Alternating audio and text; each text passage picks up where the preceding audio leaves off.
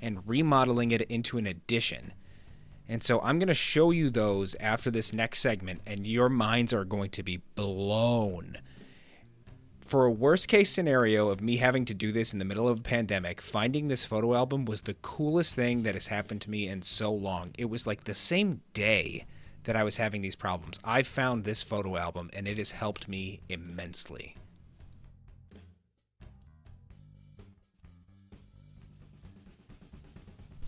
So this piece right here is clearly where most of the damage is. That water is getting in behind this flashing here.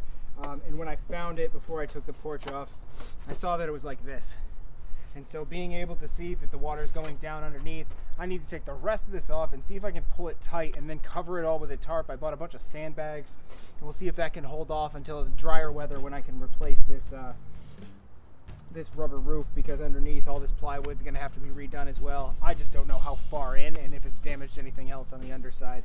But I do know I'll have to replace almost all of this and there, but it's tiered. So it's not going to be as bad, but this is obviously not a great situation. Oh, this just like pops off.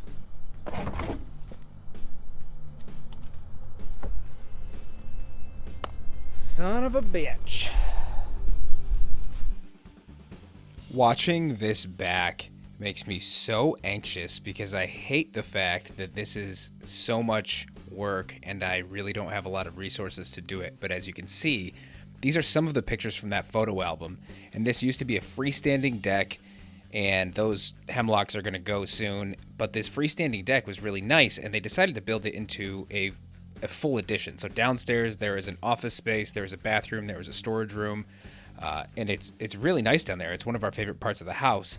But now I have to pull this roof up and figure out how to do it all at once. Luckily, I have a friend who is helping me draw up plans to fix this, and I have another friend who is really big into construction. He has a degree in that, and he's helping me out, and they're all helping me virtually. So I'm very thankful for all of my friends right now to be able to fix this by myself pretty much.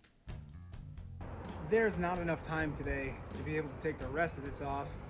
It's 4:30 now, and my main concern is this. This is really bad.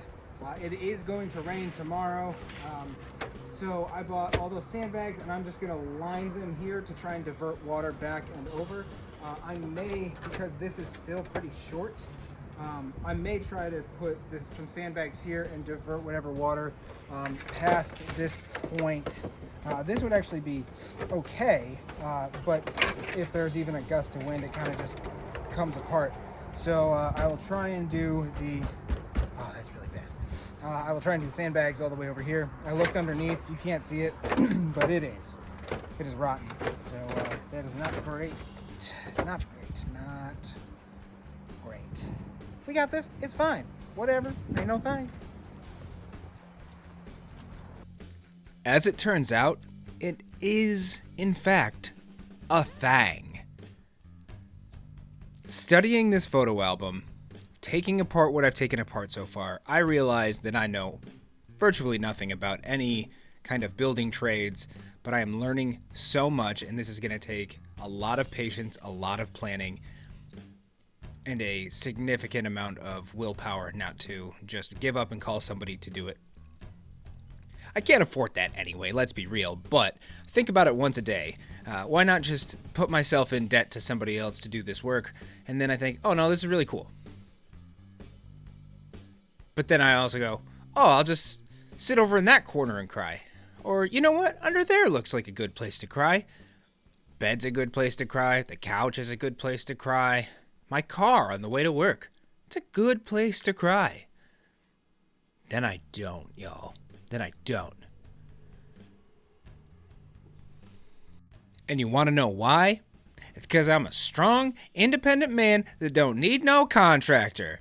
Even though I desperately need a contractor, which is why I have friends that are not quite contractors, but they can help me. And now I'm playing the waiting game. The waiting game is, it's wet outside, I can't take the roof off, or else the other stuff that's not currently wet is going to get wet. And then everything else is worse. And then everything is awful. Everything is awful when you're fixing your deck. Everything is awful. So sit and cry. In reality, yes, this is incredibly stressful, but I'm learning new skills, I'm teaching myself new things, and my friends are willing to help me as best they can, and I am so appreciative. That right there is the corner that I noticed. It's gone. Dust in the wind. I have to rebuild that.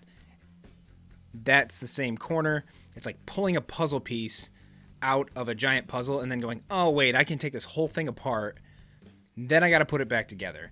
And that's what I'm doing here. It's like I'm seeing how this whole thing was built, how it was put together, and I'll be able to put it back as best I can, make some improvements, hopefully.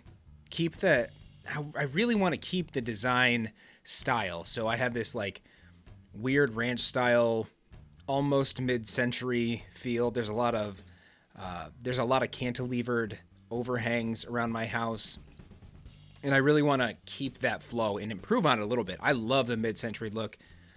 I have loved it for quite some time, and I really want to enhance that a little bit on my property without being gimmicky. First thing to do, obviously, is remove 50 pounds of dirt that was stuck on the roof. Like, dear Lord, that's insane. It took forever, and it just was caught in between all the floor joists. There wasn't enough room for the water to flow through, and then over time, there was no way to clean it out, and so it just piled and piled and piled, and it was so much. So now what I've done is I have gotten a 30 by 50 foot tarp, and I have covered my roof like it's a pool.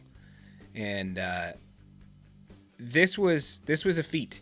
This was me trying to figure it out. I had to turn it around. I got a little bit overwhelmed by the size of it, clearly, as you can see. I weighed it down with sand and some of my salt bags for my water softener because I ran out of sandbags. I had no idea if this was going to work. I just did my best to try and seal it up as best as possible. It got cold. I used this old fascia board to be an eye for me to know where to fold it over so that we could still see our windows down below. It was really interesting. It really was stimulating for my mind to be able to try and figure this out on the fly as I went. I didn't know how I was going to do it. It was kind of blowing around that day. It was really cold. But it seems to have been the right choice. I probably could have been a bit more efficient with the way that I was folding things over, but I'm happy with it. We'll just see if it works, you know? We'll see if it works.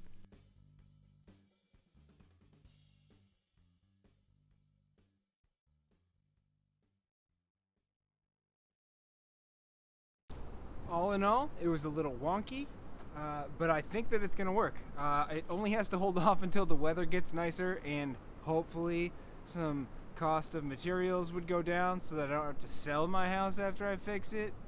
It'd be nice to live in it. But yeah, so today's a good test to see how well I can keep the water and the wind from destroying the rest of this. But I think that an amalgamation of 40-pound bags of salt and 70-pound bags of sand with the two tarps, yeah, we'll see if it works. I think it's gonna work. I think it's gonna work. I think it's gonna work. It worked, y'all. It worked. It legitimately worked. It is holding. This is the HOTDROP Homestead. Love you. Say it back.